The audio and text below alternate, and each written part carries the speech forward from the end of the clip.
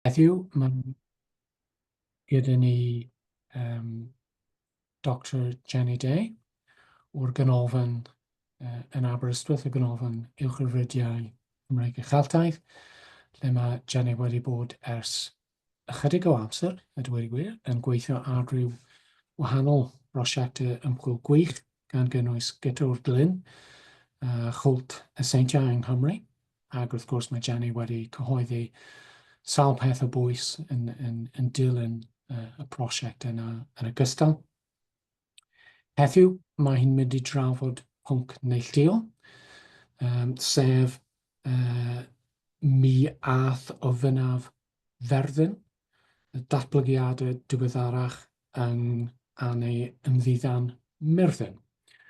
Ac mi fydd Jenny yn siarad, dwi'n credu, am ryw 3/4 awr, felly ni'n gobeithio bydd ychydig o amser ar y diwedd i bobl holi ambell i gwestiwn.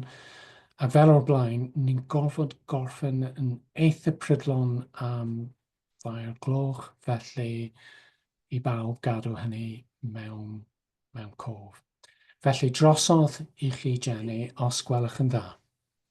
So, diolch yn fawr iawn, a diolch am y gwahoddiad. Mae'n braf gweld enwau cyfarwydd yn y cynulleidfa. So, i dechrau, na i jyst dweud ychydig am y prosiect, i bod yn gyfarwydd i nifer ohonoch chi, dwi'n siŵr. So, y nod yw golygu cerddi a briodoli i Ferddin mewn llawsgrifau sy'n dyddio o'r cyfnod hyd at ddiwedd y 19eg ganrif. Sef 7 gerdd gynnar pwysig a Dr Ben Gai sydd wedi golygu rhai ohonynt, a mae Dr Llywelyn Hopwood wedi bod yn golygu eraill ar ôl i Ben symud ymlaen. Ac wedyn mae nifer fawr o gerddi diweddarach a dwi wedi bod yn gweithio ar y rhain. Mae diffinio corpws y cerddi diweddar yn eitha heriol. Yn gyntaf, am fod cerddi a rhannau o gerddi'n ymddangos o'r ffurf wahanol mewn gwahanol lawysgrifau. Weithiau hefyd ceir barddoniaeth yn gymysg â chryddiaeth neu destunau sydd ar y ffin rhwng barddoniaeth a chryddiaeth. Ac yn aml gwelir yr un gerdd wedi ei ffridoli i Ferddin mewn rhai llawysgrifau ac i Daliesin neu fedd eraill mewn llawysgrifau eraill. Dwi wedi bod yn canolbwyntio felly ar ran o'r corpws sydd ychydig yn haws i'w diffinio, sef y cerddi ymddiddan. Mae gan y rhain y fantais amlwg fod y priodoliadau'n fwy sefydlog am fod y siaradwyr yn cael eu henwi o fewn y gerdd fel arfer. Nad ydynt yn hollol sefydlog serch hynny, fel y byddaf yn ei drafod yn nes ymlaen. At hynny, dyma math o gerdd lle mynegu y person y Myrddin yn gryfaf ar y cyfan, yn enwedig wrth iddo siarad a'i chwaer gwendydd.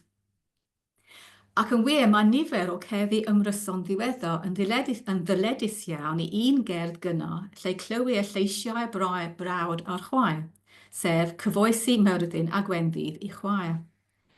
Beth na i heddiw felly yw ystyried y gwahanol ffyrdd y mae cerddi ymddiddan Myrddin wedi datblygu yn yr oesoedd canol diweddar a cyfnod modern cynnar, a'r amrywiol ddylanwadau arnynt. Gwell fi ddweud ychydig o'r dechrau am y dalun o Ferddin yn y cyfoesi, a mae hon yw'r gerdd gynnar pwysicaf o ran dylanwad ar y canu diweddar. Yn gyntaf, Myrddin wyllt yn benodol sy'n proffwydo yn y gerdd, sef y Myrddin o'r hen ogledd a aeth yn wyllt neu'n wallgof ymrwydir arfderydd lle lladdwyr i arglwydd gwenddolau. A dyma'r un amgylchiadau yn fras ac a geir yn fita Merlin i Uwchefrydiau fynwy. Yn y cyfoesi, mae gwenddydd yn cyfeirio at wallt gwyn Myrddin, sy'n awgrymu i fod wedi bod yn byw'n wyllt am gyfnod hir, ac yn wir dawn amlwg erbyn diwedd y gerdd i fod ar ei welau angau. Mae ei sefyllfa yn debyg, neu falle fod wedi marw'n barod, mewn cerdd gynnar arall a lygwyd gan Ben Gai, gwasgargerdd Merlin yn y bedd. Mae hi'n andostur i Myrddin a'i hiraeth am ei fywyd blaenorol fel rhyfelwr yn themau pwysig yn y cyfoesi, ac mae berthynas agos rhyngddo a'i chwaer gwenddydd yn cael sylw mawr hefyd wrth iddi roi cysur iddo a'i annog i broffwydo. Mae'n drawiadol bod Myrddin fel arfer yn siarad â rhywun yn y cerddi cynnar. Ac os nad oedd cydymwaith dynol megis gwenddydd neu Daliesin ar gael, byddai mochyn bach neu goeden yn gwneud y tro. Mae hyn yn dweud rhywbeth am unigrwydd Myrddin ar ôl iddo golli cysylltiad â gymdeithas ehangach, ac am ei gyflwr meddyliol bregus. Ond mae hefyd yn ddyfais lenyddol effeithiol, ac yn ddyfais a barhau i fod yn boblogaidd am ganrifoedd wedi amser cyfansoddi'r cerddi cynharaf. Dyma ffocysu mwy ar y cyfoesi felly. A dwi eisiau pwysleisio mae gwaith Dr Ben Gai yw testyn golygedig y cyfieithiadau a stemau dwi'n mynd i'w dangos o'r gerdd honno, a bod y ddarlith hon yn ddyledus hefyd i'w ddadansoddiad ehangach o arwyddocâd a trosglwyddiad y cyfoesi. Mae Ben wedi dangos felly ar sail yr iaith a rhai o'r cyfeiriadau, fod y cyfoesi wedi ei cyfansoddi yn gynnar yn y 10 ganrif ar 10 yn ôl pob tebyg. Mae'n gerdd hir gyda thros 400 o linellau, ac mae cyfraniad Myrddin a Gwenddydd yn eitha cyfartal, gan ei bod yn cyfnewid englynion. Mae'n amlwg fod Gwenddydd yn gwybod llawer am Ferddin ac am ei hanes, ond sy'n darparu wybodaeth fanwl am y dyfodol, fel arfer mewn perthynas a pwy fydd yn llywodraethu. Gellir olrhain cyfres o frenhinoedd yn eitha hawdd hyd at amser hywel dda. Wedyn mae cyfeiriadau yn fwy cryptig, ond mae'n debyg fod ffigurau hyd at y tywysog Llwein a Biorwerth a'i fab Dafydd o bosib yn cael eu crybwyll, fel mae Ben Gai yn trafod yn ei nodiadau. Cyfeirir hefyd at nifer o ffigurau a deyrnasau yn y dyfodol o safbwynt yr awdur, gan gymwys meibion darogan o'r enwau Owain a Chadwaladr. Ond ar ôl Cadwaladr daw rhywun o'r enw Cyndaf ac yn sgil hynny ceir cyfnod o anhrefn a diwedd y byd. Ceir teimlad o dristwch a phawd anorfod yn rhan olaf o gerdd felly, yn enwedig am fod Myrddin yn darogan diwedd y byd pan oedd ei fywyd ef yn dod i ben. At ddiben y seminar heddiw, un o pwyntiau bwysleisio yw bod y cyfoesi wedi ei chadw mewn nifer fawr o ffynonellau a bod cryn dipyn o amrywiaeth destunol. A dwi angen cydnabod yma ddyled prosiect Myrddin i repertori Daniel Hughes. Ar gyfer gwybodaeth ar y llawysgrifau a'r ysgrifwyr. Felly mae Ben Gai wedi golygu testyn llyfr Gorchergest a bydd ei drawsysgrifiadau o nifer o ffynonellau eraill yn cael eu cyflwyno ar wefan y prosiect. At hynny mae Ben wedi golygu rhai ychwanegiadau diddorol at y cyfoesi a geir mewn 2 lawysgrif, penniaeth 20 a penniaeth 26. Ac fel mae Ben wedi dangos, mae un o'r englynion ychwanegol ym mhenniaeth 20 yn arbennig o arwyddocaol am ei fod yn cyfeirio fel ymddangos at y tywysog Llwein ap Griffith a deyrnasau ar ôl adeg cyfansoddi tebygol y cyfoesi yn ei ffurf wreiddiol. Dyma arwydd felly fod y cyfoesi yn destun byw a gafodd ei addasu a'i ddiweddaru wrth i drosglwyddo. Nodwedd arall ar drosglwyddiad y cyfoesi yw bod yr ysgrifwyr a'i gopiodd yn eithaf detholus weithiau. Mae Ben Gai wedi tynnu sylw at un gangen o'r stema, lle ceir rhyw 100 o linellau yn unig, ac mae'r fersiynau byr hyn yn debygol o darddu o ffynhonnell goll mae e wedi galw'n X9. Cofnodwyd cynrychiolydd cynharaf y gangen hon gan Ellis Griffith y milwr o Calais, yn rhan o'i gronicl enwog tua chanol y 11 ganrif ar 15, a cheir fersiynau diweddarach gan John Jones Gelli Lyfdy. Beth sy'n arbennig am y rhan hon o cyfoesi felly? Dyma grynhoi cynnwys linellau 202 hyd at 251. Mae dan hwn yn dechrau ar ôl y cyfeiriad at Frenin Llew, sef Llwein a Biorwerth yn ôl pob tebyg, cyfeirio yn gyntaf at y macwi 2 hanner, y madrodd a allgyfeirio at dras Saesnig a Cymreig i fab Dafydd, fel mae Ben Gai wedi awgrymu. Wedyn ceir nifer o ffigurau anelwig gan gynnwys brenin sydd ddim yn frenin, cenau neu fab Henry, a ffigur o enw Owain a gyflwynau fel gwaredwr neu fab darogan. Wedyn, yn y testunau sy'n tarddu o X9 ar y stemma, ac yn hyrchu'r cyfeiriad ychwanegol penioth ugain at frenin o linach a berffraw, a dyma ddiwedd y gerdd yn y fersiynau hyn. Felly, cyfnod eitha byr sydd dan sylw gan ddechrau ar ôl teyrnasiad Llywelyn ap Iorwerth a chan orffen gyda teyrnasiad i wir Llywelyn ap Gruffydd. Dyma rhan o cyfoesi sy'n ymdrin â chyfnod olaf yn hanes hir tywysogion annibynnol Gwynedd felly. Mae'n hawdd gweld pam y bydda cyfeiriadau hyn o ddiddordeb arbennig, naill llai o safbwynt hynafiaethol, neu oherwydd hiraeth a gobaith y byddai ail Owain neu ail frenin coronog o linach a berffraw yn dod i arwain y genedl. Sylwch hefyd mor amwys yw enwau a cyfeiriadau, ac felly mor hawdd i hyddasu a'i hael ddehongli. Mae Owain yn enw a geodroion yn cyfeirio at fab Darogan ac wrth gwrs nid oedd prinder o Henrys ymhlith brenhinoedd Lloegr. Un cyfeiriad dwi eisiau tynnu sylw arbennig ato yw 1 o 6 awr o'r ddyn hir yn llech neu dan lech yn y fersiynau byrion dwi wedi nodi. Gwelwn ni'r ffigur hwn eto mewn ddwy gerdd diweddar sydd wedi addasu ac ymgorffori deunydd o un rhan o cyfoesi yn fras. Mae'r ddwy gerdd hyn i'w cael yn ei fersiynau cynharaf mewn llawysgrif a ysgrifennwyd gan y bardd ar ysgolhaig Lewis Dwn tua 1577. Ceir fersiynau diweddarach o ddwy gerdd mewn llawysgrif o gyfnod y Rhyfel Cartref, a llawysgrifau eraill hefyd yn achos un ohonynt, ond na i ganolbwyntio heddiw ar destunau Lewis Dwn. Ac fel testunau Lewis Dwn na'i cyfeirio atynt, cyfleistra, mod i ddim yn credu mai ef oedd awdur y cerddi hyn. Dwi'n amau yn hytrach fod fersiynau ddwy lawysgrif yn tarddu o gynsal goll a ysgrifennwyd yn gynharach yn yr 11 ganrif ar 15 ac yn hyfnod Harri'r Wythfed o bosib. Dwi'n mynd i sôn gyntaf am y gerdd sy'n ymddangos yn ail yn y llawysgrif, sef yr un sy'n dechrau Gwenddydd Cliw Darogan, am fod hon yn cynnwys mwy o deunydd o cyfoesi na'r llall.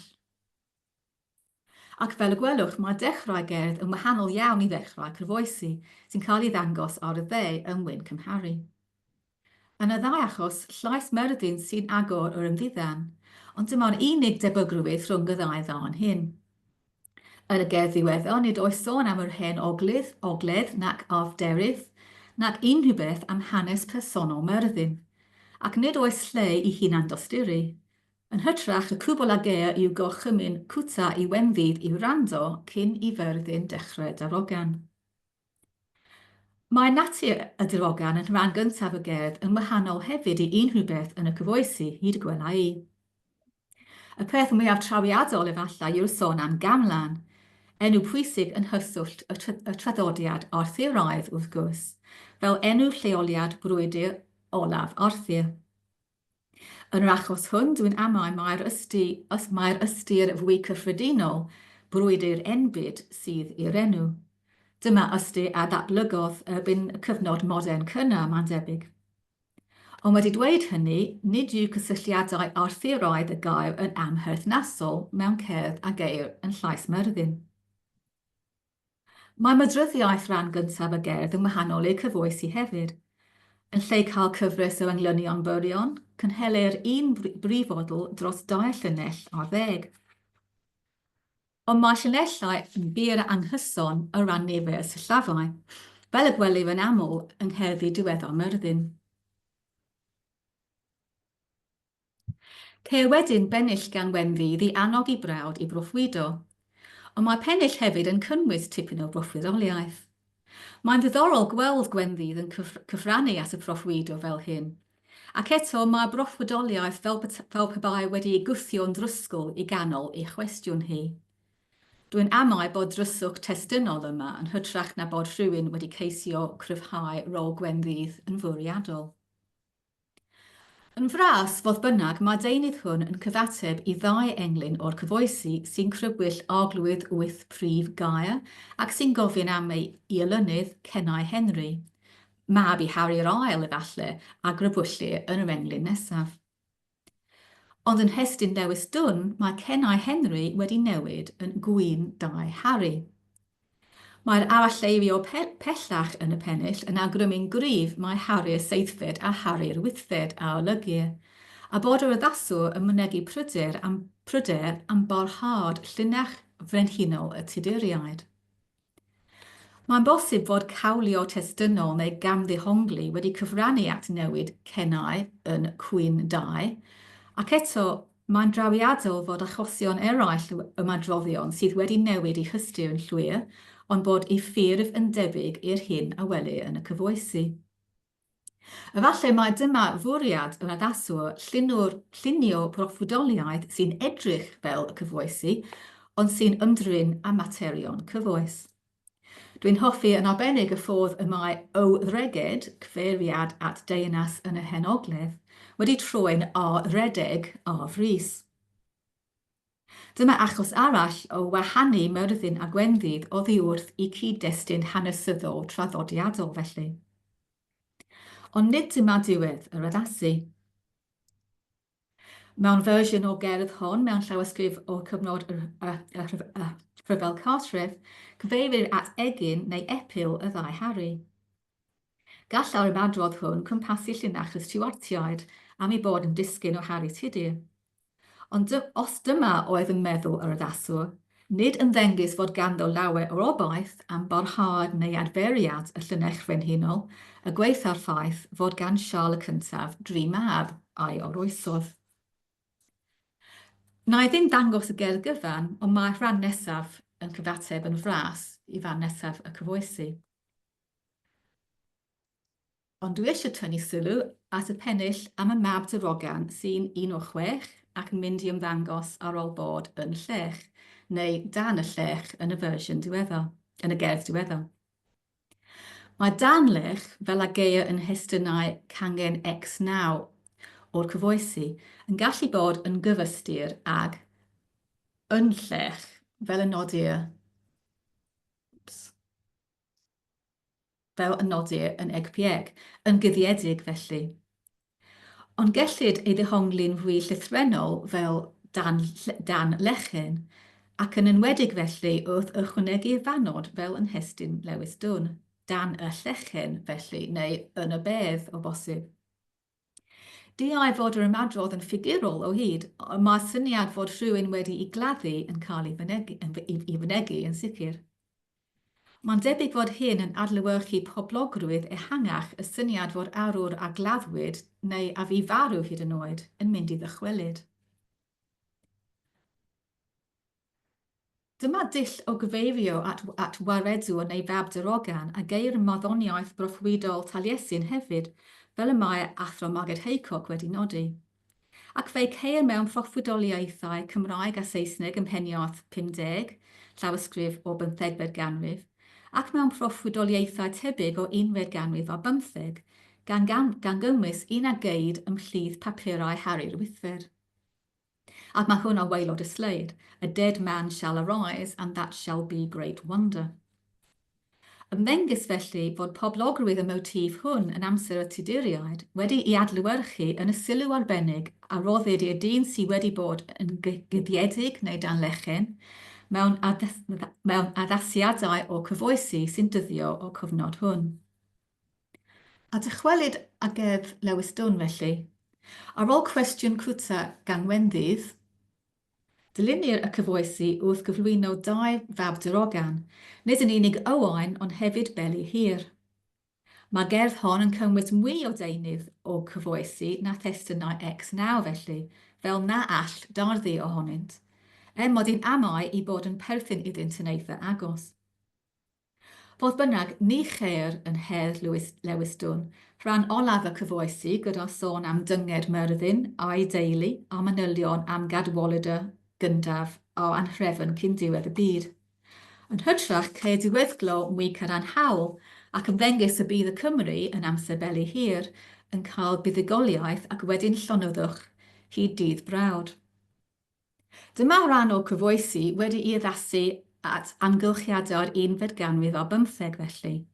Mynegir pryderon am anghydfod ac am barhad llinell y tuduriaid, ond ar y cyfan mae naws y gerdd yn fwy gobeithiol na cyfoesi. Ac mae hynny'n nodwedd gyffredin a gan ei ddiweddar Myrddin.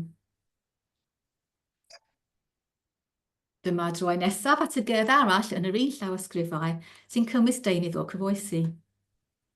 Yn yr achos hwn, dim ond 3 englyn a gymrychiolir, ond dyma ein hen gyfaill eto yn y trydydd pennill, sef y mab drogan sy'n 1 o 6 ac a fi dan lech, felly yn guddiedig neu dan lechen.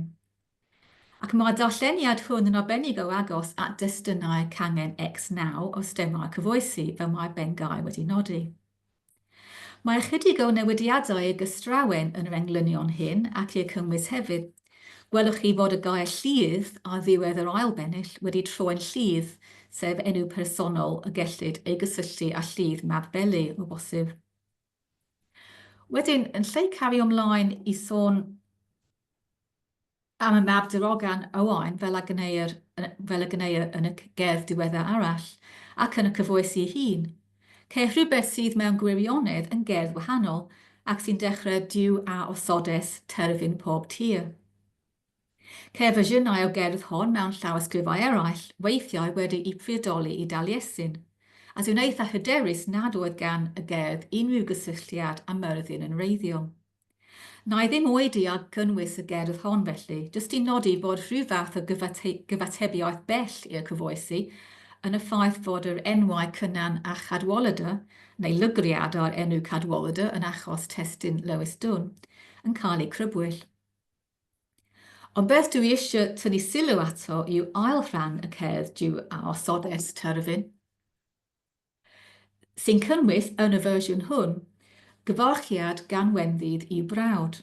Nid yw hwn i'w gael yn yr holl fersiynau o gerdd hon, ond mae i'w gael yn y 2 fersiwn lle mae'r gerdd yn ddilyn y penillion o'r cyfoesi. Felly, nid yw'r 2 gerdd neu ddarnau o gerddi wedi eu huno ar hap. Gwnaethpwyd ymdrech i addasu'r gerdd diw a osodes terfyn a'i throi yn rhan o gerdd ymddiddan drwy gynnwys llais gwenddydd. Pam dywyswyd y darnau arbennig hyn i lunio gerdd newydd felly?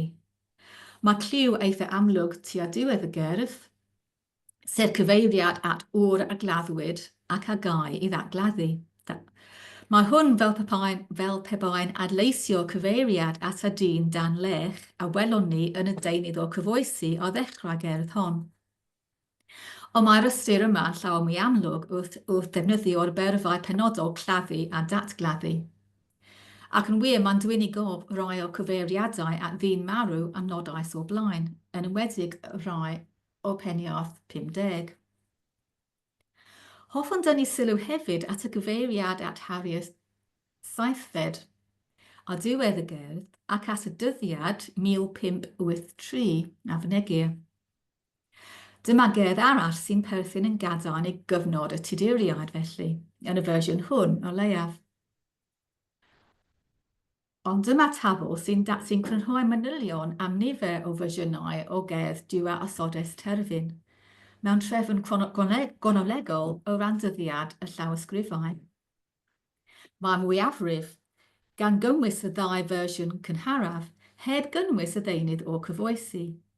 Sylwch mor gynnar yw dyddiad a fynegir mewn 2 ohonynt, sef 1466. Mae dyddiad hwn o fewn oes Harri'r Chweched. Ac yw'r hariau enwyr fel Harry Sant a ddiwedd un o fersiynau hyn ac a ddiwedd fersiwn arall hefyd. A Harri'r Wythfed a enwyr mewn fersiwn a gyfnodwyd yng nghyfnod y Rhyfel Cartref. Mae priodoliad y fersiwn hwn yn ddiddorol hefyd. Myrddin fab Taliesin a'i cant i ateb gwenddydd i chwaer. Mae deunydd hwn yn ddigon i drysu nef, a fyddwn ni ddim eisiau honni bod y priodoliad hwn yn adlewyrchu traddodiad go iawn fod Myrddin yn fab i Taliesin. Ond credau rhai yn sicr fod perthynas agos iawn rhyngddynt. Dyma beth mae Ellis Griffith yn dweud amdanynt yn rhan o'i gronicl a ysgrifennwyd tua chanol yr 11th ganrif ar 15. Does dim angen darllen y cyfan, ond y pwynt yw, fel mae Thomas Jones wedi trafod, bod Ellis Griffith wedi ceisio cysoni gwahanol draddodiadau am Ferddin, drwy honni bod Myrddin wedi byw deirgwaith ar y ddaear. Yn gyntaf, fel Myrddin a gysylltir â brenin Arthur ac y ddaeth o gael Ferddin, yn fachgen heb dad dynol, sef Myrddin Emrys, ac yn ail yn amser Melgwn Gwynedd dan yr enw Taliesin, ac yn drydydd fel Myrddin wyllt mab i Forfryn. Mae dalun hwn o wahanol ymgnawdoliadau yn ddigon taclus, ond mae'n broblemus hefyd oherwydd, fel nododd Thomas Jones, mae Myrddin a Taliesin yn gyfoedion yn y gerdd gynnar ymddiddan Myrddin a Taliesin, ac felly hefyd yn fita Merlini Uwchefrydiau y fynwy. Mae syniadau Ellis Griffith am Ferddin yn berthnasol iawn heddiw fodd bynnag, oherwydd Egronical Ef yw ffynhonnell y ddwy gerdd nesaf dwi'n mynd i'w trafod. Felly, dyma grynodeb bras o ddeunydd am i dri Myrddin, gan adael allan darnau eraill o'r hanes a geir rhyngddynt yma ac acw. Ceir yn gyntaf hanes a phroffwydoliaethau Myrddin Emrys, gan orffen gyda stori am ei farwolaeth, neu'n hytrach i garchariad mewn tŷ o wydyr gan arglwyddes y llyn. Wedyn ceir hanes gwion bach, sy'n rhan o hanes Taliesin mewn gwirionedd, a gweddill y stori a Taliesin, ynghyd â nifer o gerddi a phroffwydoliaethau a briodolir i Taliesin ac i'w gyd-oeswr heinin neu gilfodd, mwy am gilfodd nes ymlaen. Wedyn ceir y stori Myrddin wyllt sy'n seiliedig ar draddodiad brodorol yn ôl Thomas Jones ac nid ar fita Merlini. Ac yn wir, rhoi pwyslais mawr fel yn y fita ar wylltineb neu wallgofrwydd Myrddin ac am ei berthynas a gwenddydd. Nid oes sôn yn hestyn Ellis Griffith am frwydr arfderydd nac am yr hen ogledd. Wedyn ceir proffwydoliaeth ryddiaeth, seiliedig ar freuddwydion gwenddydd ac esboniadau Myrddin ohonynt. Ac yn olaf, casgliad o farddoniaeth dan y penawd ymrafeilion gwestiynau ac areithiau ac ymddiddannau rhwng Myrddin a gwenddydd. Mae hwn yn gasgliad o ddeunydd amrywiol iawn, fel mae'r penawd yn awgrymu. Dyma grynodeb bras o'r cynnwys, ac mae'n werth nodi bod rhai o'r cerddi i'w cael fel fersiynau annibynnol mewn llawysgrifau eraill, gan gynnwys darn o cyfoesi o gangen X9, ond bod eraill heb eu cynrychioli mewn unrhyw ffynhonnell annibynnol arall, ac mae'r ail dosbarth yma yn cynnwys y ddwy gerdd y byddaf yn ei trafod nesaf mewn bold ar y sleid. Dyma gerdd gyntaf, a geir yn union ar ôl y penawd gofynion gwenddydd. Mae'n debyg i bod yn efelychu'r cyfoesi o ran ei strwythur cwestiwn ac ateb, ond mae'n wahanol o ran natur ei chynnwys a hefyd natur y fydryddiaeth. Dyma Ferddin a gwenddydd dan y coed felly yn siarad â'i gilydd yn y gwanwyn cyn y deiau'r dail ar y canghennau. Nid ydynt yn cyfarch i gilydd wrth eu henwau, ond nodi y pwy sy'n siarad o fewn y testun ambell waith. Gwenddydd sy'n dechrau sgwrs fel y gwnaf fel arfer yn y cerddi ymddiddan diweddar, a sylwch hefyd fod hi'n gofyn am anhrefn a thrallod yn hytrach nag am bwy fydd yn teinasu fel y gwelir yn aml yn y cyfoesi. Mae'n ddiddorol hefyd fod Myrddin wrth ateb yn mynegu pryder am ddiffyg parch i greiriau. Yn enwedig am fod Ellis Griffith yn nodi wrth ymyl y dalen, bod y gerdd yn ymwneud ag amgylchiadau amser Harri'r Wythfed. Bod Ellis Griffith ei hun wedi troi at y ffydd Protestannaidd erbyn iddo gofnodi'r gerdd hon, ond wrth gwrs mae'r ffaith fod y ddarogan wedi ei throi yn heg Myrddin yn golygu fod y sawl a'i trosglwyddodd yn gallu ymbellhau oddi wrthi i ryw raddau. Dwi ddim yn credu mae Ellis Griffith ei hun oedd yr awdur gyda llaw, ond mae'n ddigon posib nad yw'r gerdd yn llawer ei hun na dyddiad i chyfnodi a'i bod yn ymateb i newidiadau crefyddol yn amser Harri'r Wythfed. I bod yn bwysig cydnabod nad yw pryderon am faterion crefyddol yn y canu darogan yn gyfyngedig i'r cyfnod hwn. Mae prydau Myrddin yn parhau yn fan nesaf y gerdd, ond y tro hwn nid yw arwyddocâd y darogan mor amlwg. Ydy Myrddin yn poeni nad yw mynachod yn cael y parch maent yn ei heiddi, neu fod mynachod wedi cam ymddwyn fel nad ydynt yn heiddi parch. Wedyn symudir ymlaen at thema cyfarwydd sef pwy fydd yn llywodraethu, ac mae adlais bell o cyfoesi yn y ffaith bod yr enwau Owain a Griffith yn ymddangos. Ond nid Owain ei hun, ond disgynydd i Owain a Crybwyllir, sef disgynydd i Harry Seithfed yn ôl pob tebyg, am ei fod ef yn cael ei alw'n Owain yn aml yn y canu bryd. Ac yn wir yn ôl Ellis Griffith, dyna oedd ei enw greiddiol pan fedyddiwyd ef.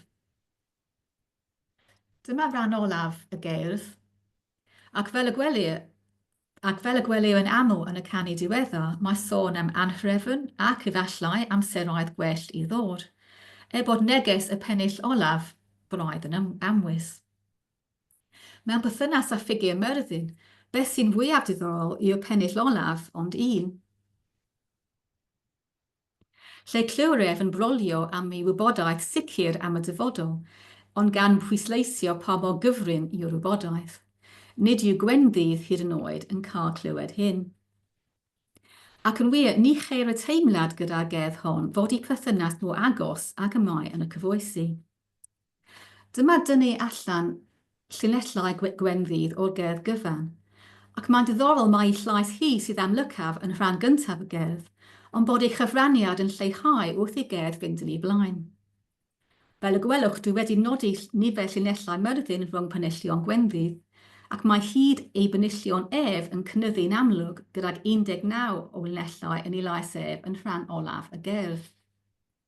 Ac yn wir mae hyn yn batrwm eitha cyffredin yn y canu diweddar, sef bod gwenddydd yn annog Myrddin i siarad yn rhan gyntaf y gerdd, ond yn tueddu diflannu yn nes ymlaen. Cyn symud ymlaen, a fi'n ôl at ran ganol y gerdd, yw'n ystyried y fydryddiaeth. Yn wahanol i'r cyfoesi gyda'i chyfres o englynion, cael strwythur gyda llinellau byrion wedi eu trefnu mewn penillion o hyd amrywiol. Cynhelir prifodl A neu Af, ond ceir hefyd gyfresu o linellau gydag odl arall, o fewn y gwahanol benillion. A dwi wedi trin y llinellau byrion hyn fel unedau sylfaenol y gerdd, gan ddilyn patrwm ymddriniaeth Margaret Haycock, a rai o gerddi darogan Taliesin, megis y gerdd Dagogan Awen.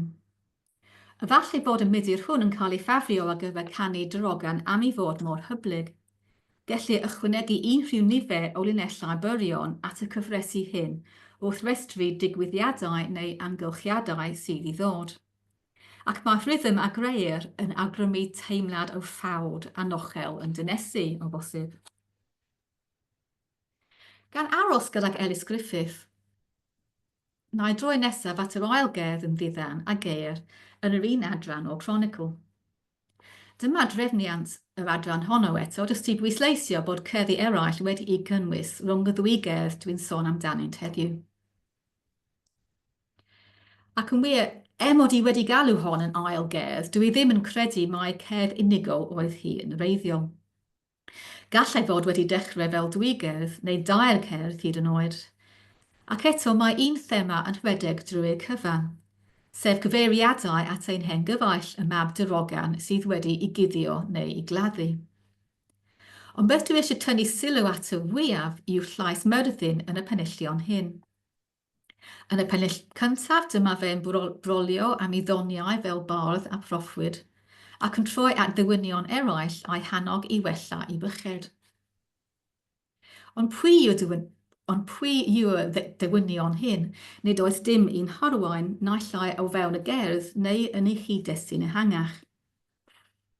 Ac mae'n ddiddorol mae rhagenw ail unigol a ddefnyddir yn llinell gyntaf ail ran y gerdd na ddatgan dy gerdd. Ydy Myrddin yn siarad bellach ag un o ddiwynion yn benodol, neu ydy e wedi dechrau siarad â gwenddydd? naill ai am ei bod hi'n un o dywynion, neu fel rhan o sgwrs newydd. Oherwydd dyma lais Gwendydd a dechrau rhan nesaf y gerdd. Ac mae hi'n holi pwy fydd y llywodraethwr nesaf. Mae natur y cwestiwn yn ein hatgoffa o cyfoesi, ond mae fydryddiaeth bellach wedi newid i ddilyn y dull dwi'n newydd fod yn ei drafod ac a gysylltir â Taliesin. Ond sylwch fod y brifodl edd yn cario ymlaen o ail ran o gerdd i'r drydydd ran. Dyma un o'r pethau sydd wedi fy mhyswadio i olygu y darnau hyn gyda'i gilydd. Ail reswm yw bod cwestiwn Gwendydd yn amlwg yn cyfeirio yn ôl at rhywun a grybwyllwyd yn barod, sef y brenin a ddymchwel o clawr, mae'n debyg. Mae gweddill y gerdd yn parhau i dilyn yr un patrwm o ran strwythur holi ac ateb am y dryddiaeth. Ceir sôn am Owain fel mab darogan, ac adlais o syniad o ddychwelyd i'r clawr o bosib, yn y cyfeiriadau at ddihuno yn y pennill olaf. Mae llawer o bethau rhyfedd am y gerdd hon, neu y cerddi hyn, ond mae'n diddorol dwi'n meddwl, a dwi'n amau bod y rhan olaf wedi dechrau fel rhan o gerdd ymddiddan hwy, mod i ddim wedi ddod o hyd i unrhyw fersiwn arall ohoni hyd yma. Dwi wedi trafod 4 cerdd o'r 11 ganrif ar 15 hyd yma felly. Felly dyma rhai casgliadau dros dro. Ceir yn y cerddi hyn addasiadau o cyfoesi a hefyd ddeunydd newydd wedi rhoi at ei gilydd yng nghyd-destun oes y Tuduriaid.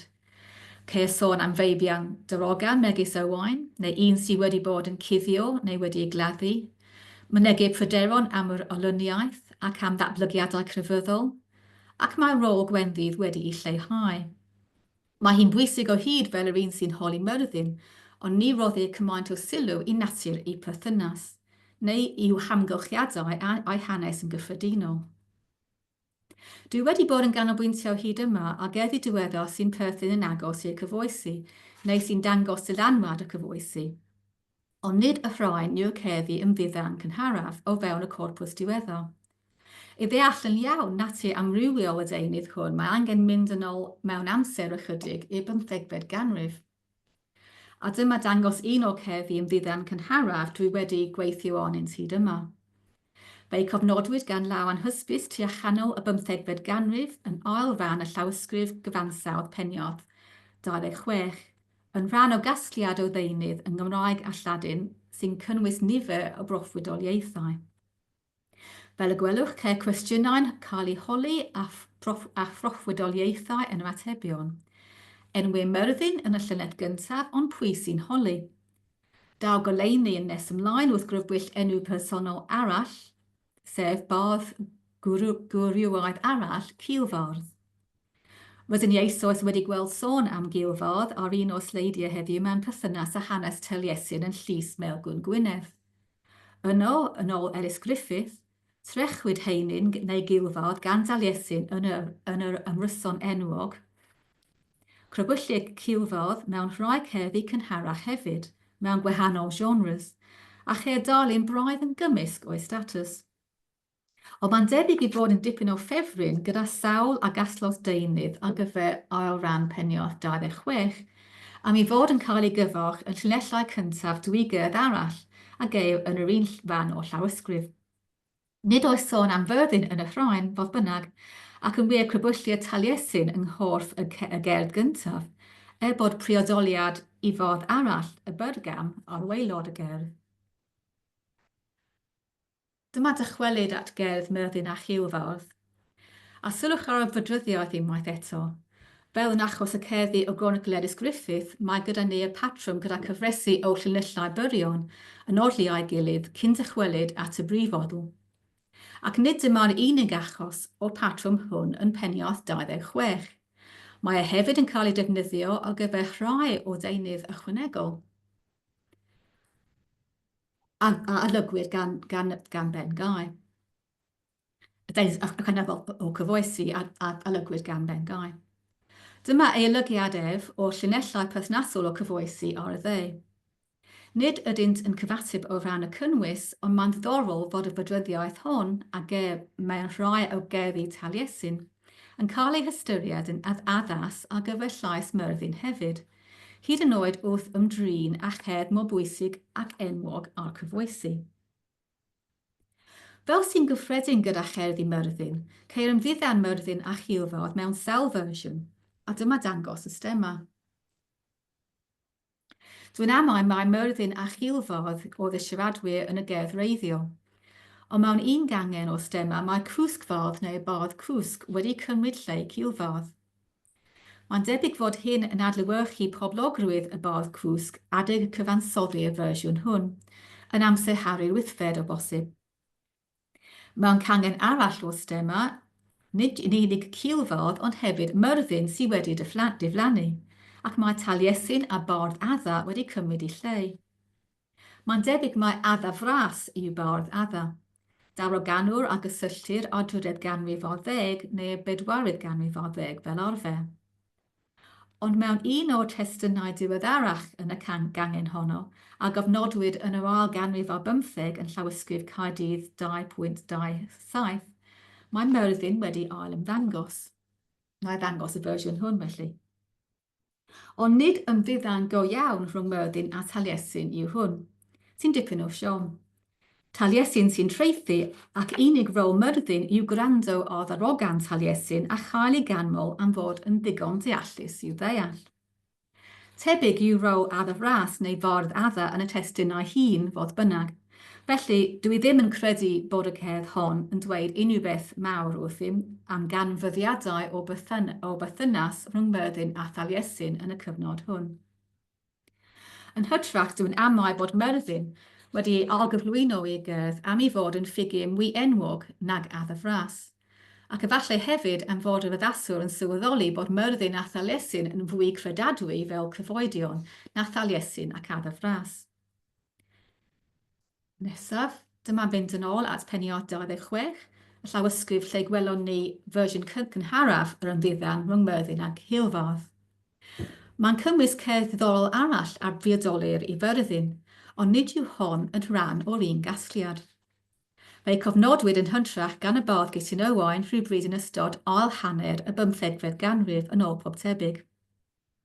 Mae diwedd y gerdd yn unig sydd gennym, mae priodoliad eglur i Ferddin wyllt, ac fel y gwelwch, mynegir pryderon am gyflwr triennus y byd a gysylltir â phechodau.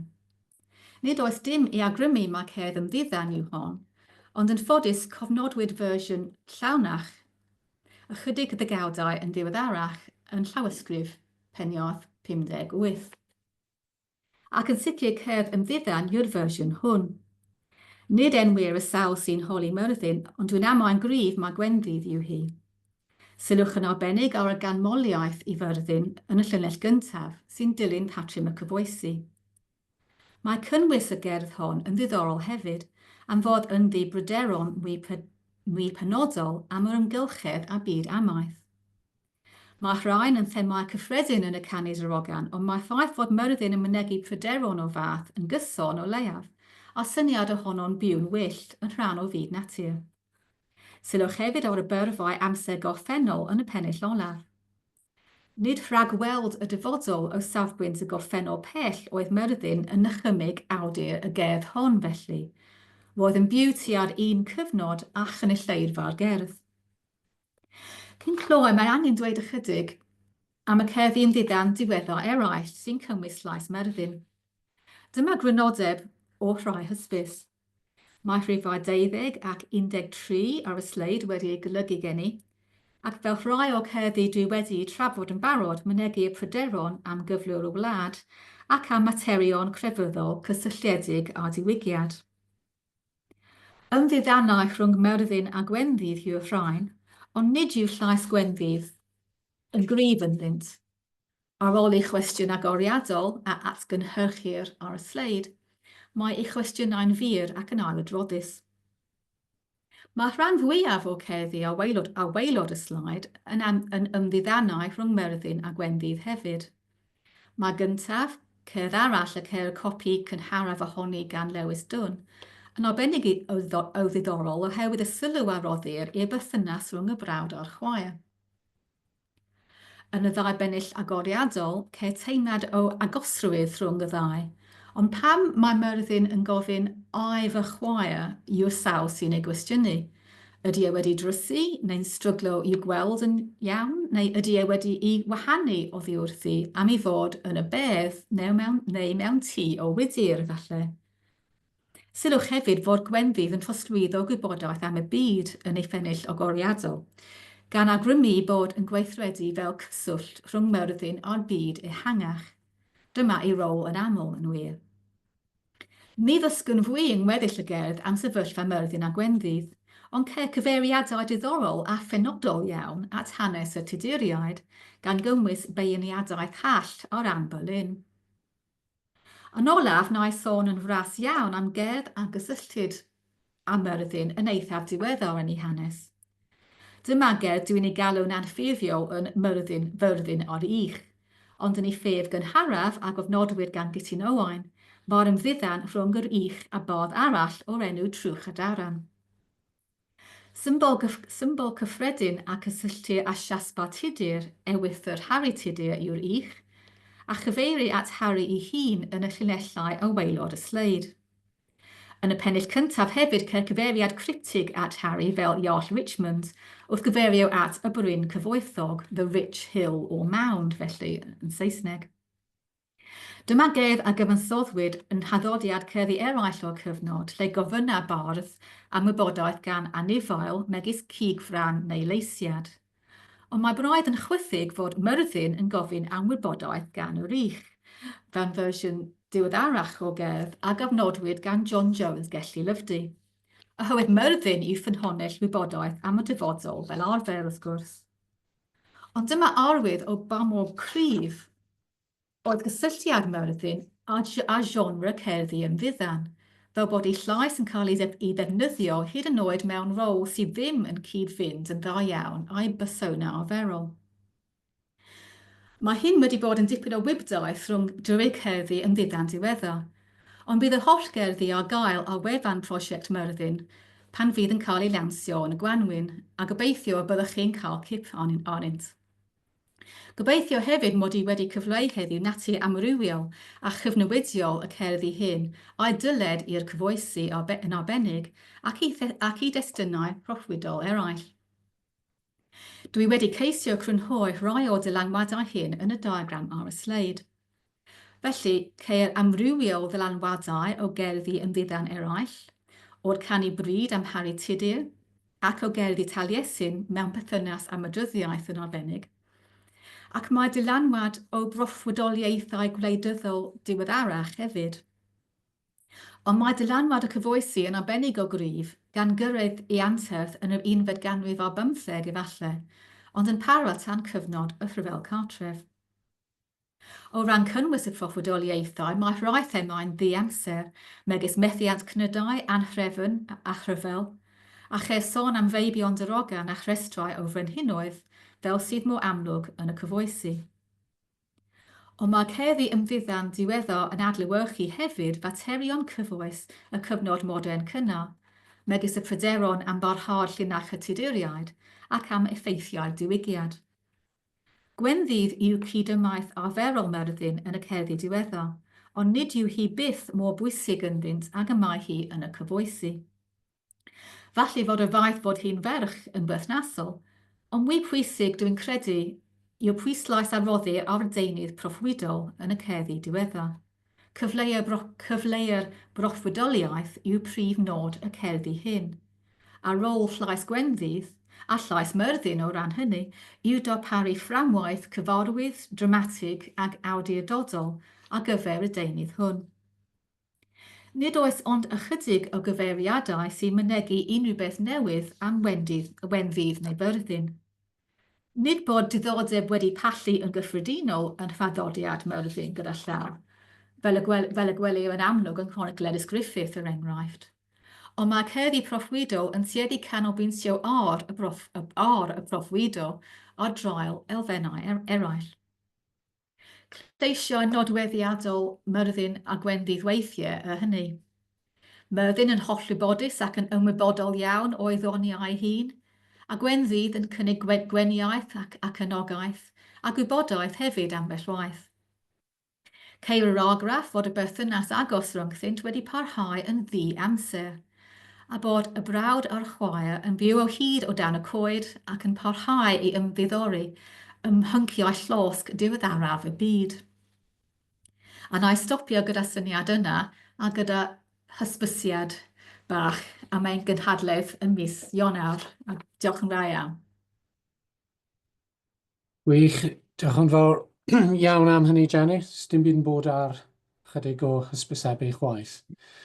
Dwi'n siŵr bydd ambell i gwestiwn gyda rhyw rai yn y gynulleidfa yn ein plith ni. Mae yna un llaw wedi codi yn barod, sef Myrddin. Croeso i chi roi eich cwestiwn yn y chat yn ogystal. Myrddin? Sori, Dyrmod, Ciro Dwylo o'n i mewn gwerthfawrogiad. Ond ie, diolch yn fawr iawn i Jenny, oedd yn hynod ddiddorol a diddordeb arbennig i weld rôl Gwenddydd yn newid dros y cyfnod hefyd. Edrych ymlaen, dwi'n mynd i drio nodi'r gynhadledd nawr, i gael dysgu mwy. Diolch yn fawr. Diolch yn fawr. Diolch am hynny, Myrddin. Oedd y sylw yn un gwerthwael nad cwestiwn oedd e. Oes yna rhyw gwestiwn neu sylw arall yn y gynulleidfa? David Calendar, ie? Ie, diolch yn fawr iawn, Jenny. Roedd diddorol dros ben yn trafod cerddi sydd ddim wedi cael ei trafod o'r blaen o gwbl mewn ffordd. Cym bod ti wedi gwneud i gwaith heriol ac angenrheidiol o'i golygu nhw a ceisio rhoi rhyw fath o drefn arnyn nhw. Ond o'n i'n meddwl, oedd hi'n sôn mewn ambell achos bod y cerddi yn rhywfaint yn gynharach na'r llawestrif sydd gyda ni. Felly ni ddim yn meddwl taw Ellis Griffith oedd wedi cyfansoddi'r rhain yr enghraifft o reidrwydd falle. Ond mae'n gyfnod diddorol iawn o ran y beirdd Gymraeg ond diwy o ran sut mae pethau'n datblygu o ran cael beirdd sydd falle'n canu ar y mesurau rhydd yn ogystal ar mesurau caeth. Felly, oes unrhyw arwydd o pwy sy'n cyfansoddi y cerddi hyn, neu ail gyfansoddi y cerddi hyn? Efe beirdd caeth sy'n neud yn ei amser sbar, neu dosbarth cwbl wahanol, neu does dim modd gwbl? Be ti'n meddwl? Ie, mae'n anodd iawn oherwydd dyw'r fydwyddiaeth, dyw e byth yn iawn fel petai. Pob tro dwi'n golygu cedd, mae rhywbeth yn bod gyda fydwyddiaeth, ond dwi'n amau bod y fersiwn greiddiol yn well, dwi'n amau, a bod o wedi dirywio wrth gael ei drosglwyddo, ond dwi ddim wedi cael unrhyw gerdd sy'n ymddangos fel y dylai fod mewn ffordd. Hyd yn oed y gerdd na a gofnodwyd gyntaf gan Gytyn Owain. Dwi ddim yn credu mae Gytyn Owain oedd yr awdur, oherwydd mae gwallau bach yn fe, dwi ddim yn cerdd gaeth. So ie, mae'n anodd gwybod. So ni'n licio edrych mwy o Lewis Dwn, oherwydd mae yna cerddi eraill dwi ddim wedi golygu eto, sydd falle wedi cyfansoddi ganddo fe. Ond ie, mae'n anodd gwybod. I mean, falle bod rhai beirdd proffesiynol yn gwneud hyn. I mean, wrth gwrs, da ni'n gwybod bod y cywyddwyr yn gwneud canu bryd. Ond ie, does gen i ddim ateb. Dwi'n aml bod yr ateb yn wahanol mewn wahanol cyfnodau. I mean, weithiau dwi'n cael pobl o'r cyfnod rhywbeth cartref sydd yn gwella y fydryddiaeth. Ac eto, does gen i ddim gerdd ple dwi'n bendant pwy sydd wedi i gyfansoddi. Mae'n rhywbeth dwi eisiau meddwl amdano mwy wrth agosau at diwedd y prosiect yn sicr. Diolch. Diolch yn fawr, Jenny. Gwych, diolch am hynny. David a Jenny, mae yna gwestiwn gyda Dylan a Gwych. Diolch, Dylan. Diolch yn fawr, Jenny, am bapur hynod o gyfoethog a diddorol iawn. Felly, wneud fi feddwl eto am Ellis Griffith sydd yn ffigwr canolog iawn yn hyn yn dydi o ran copïr ac y copïydd yn y slaid gynharach yn dangos i rôl sylfaenol o ran cofnodi'r deunydd yma. Ydyn ni'n mynd lle wan i edrych ar Ellis Griffith? Ydyn ni'n gallu ateb y cwestiwn o oedd o'n newid unrhyw elfen ar y narratif neu'r y cerddi hunan, yn amlwg oedd o'n gosod y cerddi o fewn narratif eang iawn iawn yn doedd yn y chwe oes y byd, y chronicle eang. Ond pa mor weithredol oedd o, neu oedd a'i cofnodi ag a'i gosod traddodiadau o fewn narratif hwy oedd o, neu oedd o'n creu, ydyn ni'n gallu dweud, oedd o'n creu rhywbeth newydd hefyd? Dwi'n ymwybod o wedi ymyrryd. Un nodwedd ar y cerddi yn y casgliad yna gan y fe ydy bod y fydyddiaeth hyd yn oed yn waith nag y mae mewn llawysgrifau eraill. Dwi'n ymwybod o neu ffynhonnell, ond efallai fo wedi ychwanegu darnau i mewn i llinell sy'n esbonio pethau neu wneud y styr yn fwy amlwg. Ac yn eitha aml, da chi'n cael sylw ar y milodalen am y cynnwys. Ac yn achos y cerdd yna am Myrddin o'r ich, fel dwi'n gael o fe, mae dyddiad a fynegu yn y gerdd wedi newid gan Ellis Griffith i dyddiad Blwyddyn Bosworth, wedi cywiro gan fe fel petai. Dwi'n meddwl bod o wedi cymryd diddordeb byw iawn yn y deunydd. A'i fod yn bwysig iddo. Mae'n hir iawn yr adran yna am y tri Myrddin. Mae ôl i law yn eitha amlwg. Cwestiwn da. Diolch. Diolch yn fawr, diolch. Gwych, diolch am hynny, Jenny a Dylan. Yn anffodus iawn, does dim ond rhyw funud neu ddwy ar ôl dyn ni. Felly, mae hynny yn caniatáu digon o amser i mi ddiolch i Jenny am wneud cyflwyniad mor ddiddorol yn y lle cyntaf. Diolch am cyfieithu hefyd, a diolch i chi gynulleidfa am roi'ch cefnogaeth i ni unwaith yn rhagor. Mi fydd seminar ymchwil nesaf dyn ni yn y flwyddyn newydd, a hynny rhywbryd ar ôl y gynhadledd ar Ferddin, dwi'n siŵr, so falle bydd yr ysgol yn gweld rhai ohonoch chi adeg hynny. Felly diolch, Jenny, ac edrychwn ymlaen at eich gweld chi gyd rhywbryd eto yn y flwyddyn newydd. Diolch yn fawr iawn. Diolch.